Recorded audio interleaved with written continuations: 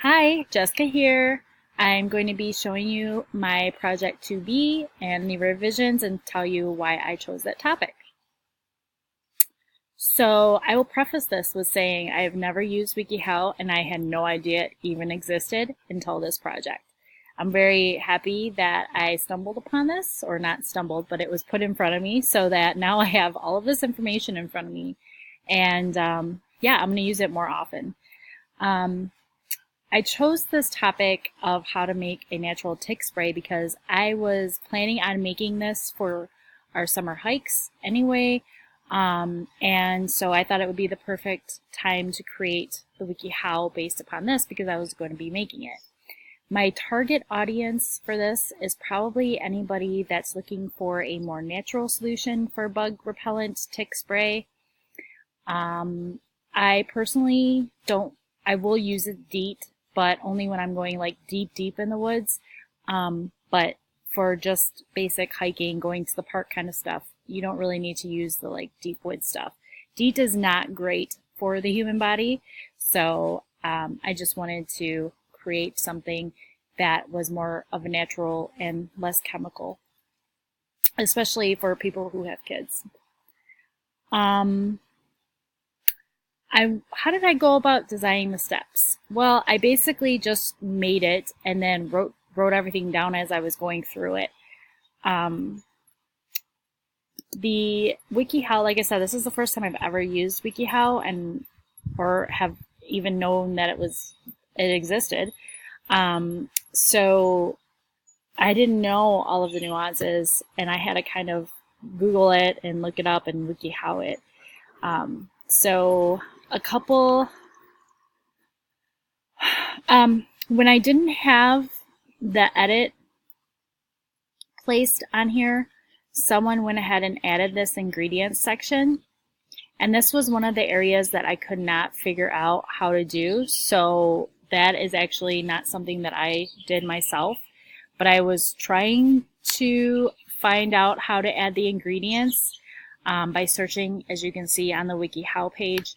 I was not successful in finding out how to do the ingredients for some reason, so that portion I will not take credit for.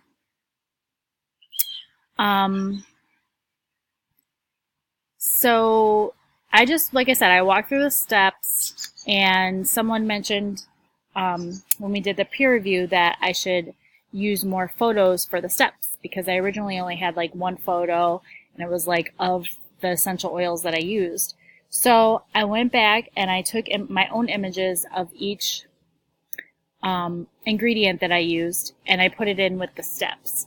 Now this was a little tricky because with your cell phone, your pictures are always vertical.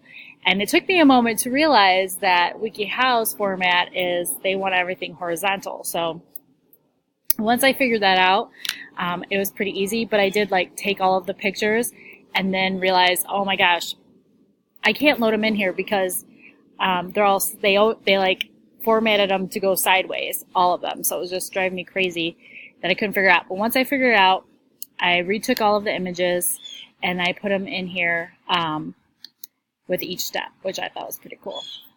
Another tip or recommendation that one of my peers made on the peer review was that I should talk a little bit about why I was using the things that I was using.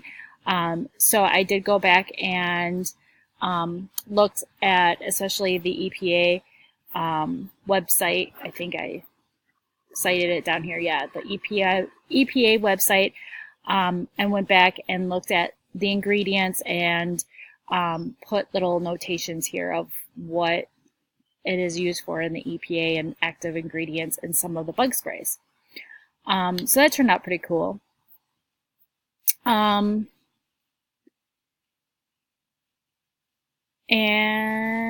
that's pretty much it about, the wiki format, yeah.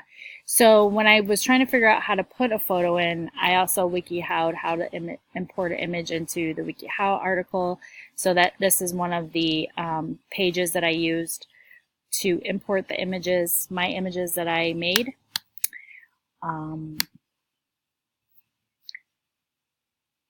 So that covered that. Challenges. I kind of talked about that already. The biggest challenge that I have, and now I'm noticing that I need to go back and edit this again. The numbers are screwed up, so I'm going to have to figure out how that happened and fix it.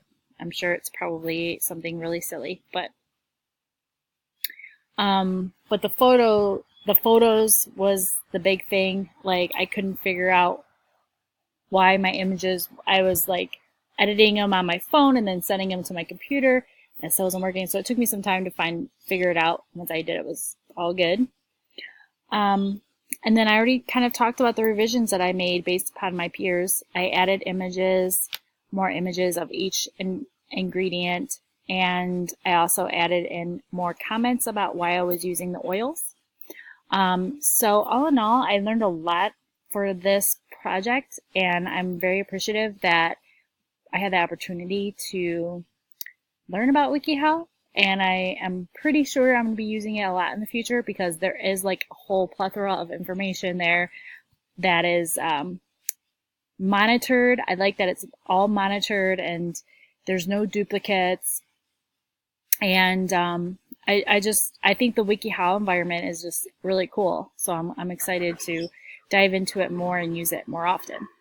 So that's all I've got for this. Have a good day.